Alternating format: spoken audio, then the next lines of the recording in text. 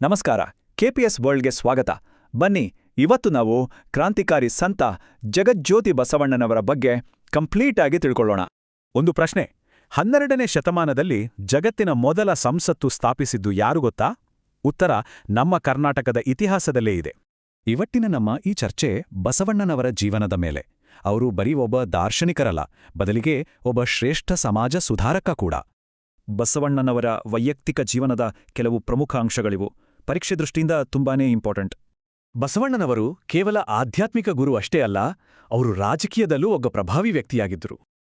ಹೌದು, ಅವರು ಕಳಚೂರಿ ದೊರೆ ಬಿಜ್ಜಳನ ಆಸ್ಥಾನದಲ್ಲಿ ಪ್ರಧಾನಮಂತ್ರಿ ಅಷ್ಟೇ ಅಲ್ಲ, ಖಜಾಂಚಿಯಾಗಿ ಕೂಡ ಸೇವೆ ಸಲ್ಲಿಸಿದ್ರು.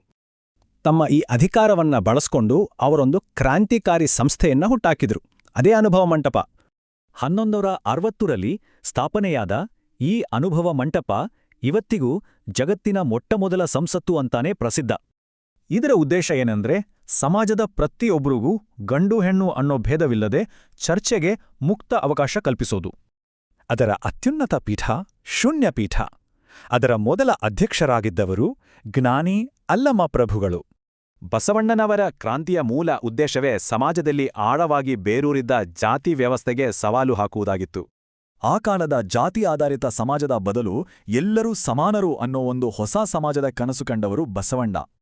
ನೋಡಿ, ಅವರು ಅಂತರ್ಜಾತಿ ವಿವಾಹವನ್ನ ಪ್ರೋತ್ಸಾಹಿಸಿದ್ರು. ಅಷ್ಟೇ ಅಲ್ಲ, ಮಹಿಳೆಯರಿಗೂ ಸಮಾನ ಅವಕಾಶ ನೀಡಿದ್ರು.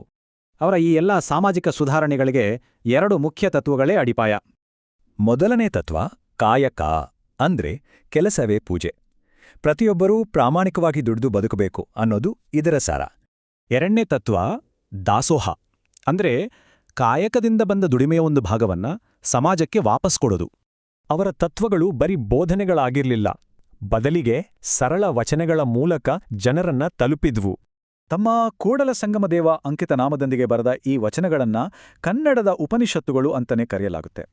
ಬಸವಣ್ಣನವರ ಪ್ರಭಾವ ಕೇವಲ 12ನೇ ಶತಮಾನಕ್ಕೆ ಸೀಮಿತವಾಗಿಲ್ಲ, ಅದು ಇಡೀ ಜಗತ್ತಿಗೆ ಹರಡಿದೆ. ಇದಕ್ಕೆ ಒಂದು ಉತ್ತಮ ಉದಾಹರಣೆ ಅಂದ್ರೆ 2015ನೇ ಇಸ್ವಿ. ಆ ವರ್ಷ ಒಂದು ವಿಶೇಷ ಘಟನೆ ನಡೆಯಿತು. ಹೌದು, ಆ ವರ್ಷ ಲಂಡನ್ನ ಥೇಮ್ಸ್ ನದಿ ದಡದಲ್ಲಿ ಸ್ವತಃ ಭಾರತದ ಪ್ರಧಾನಮಂತ್ರಿಗಳೇ ಬಸವಣ್ಣನವರ ಪ್ರತಿಮೆಯನ್ನ ಅನಾವರಣ ಮಾಡಿದ್ರು. ಅಷ್ಟೇ ಅಲ್ಲ, ಸರ್ಕಾರ ಅವರ ಗೌರವಾರ್ಥವಾಗಿ ನಾಣ್ಯ, ಅಂಚೆಚೀಟಿ ಬಿಡುಗಡೆ ಮಾಡಿದೆ. ನಾರಾಯಣಪುರ ಡ್ಯಾಂಗೆ ಬಸವಸಾಗರ ಅಂತಾನೂ ಹೆಸರಿಟ್ಟಿದೆ. ಹಾಗಾದ್ರೆ 12ನೇ ಶತಮಾನದ ಈ ಸಮಾನತೆ ಮತ್ತು ಸೇವಾ ತತ್ವಗಳು ಇವತ್ತಿನ ದಿನಕ್ಕೆ ಎಷ್ಟು ಪ್ರಸ್ತುತ? ಸ್ವಲ್ಪ ಯೋಚನೆ ಮಾಡಿ.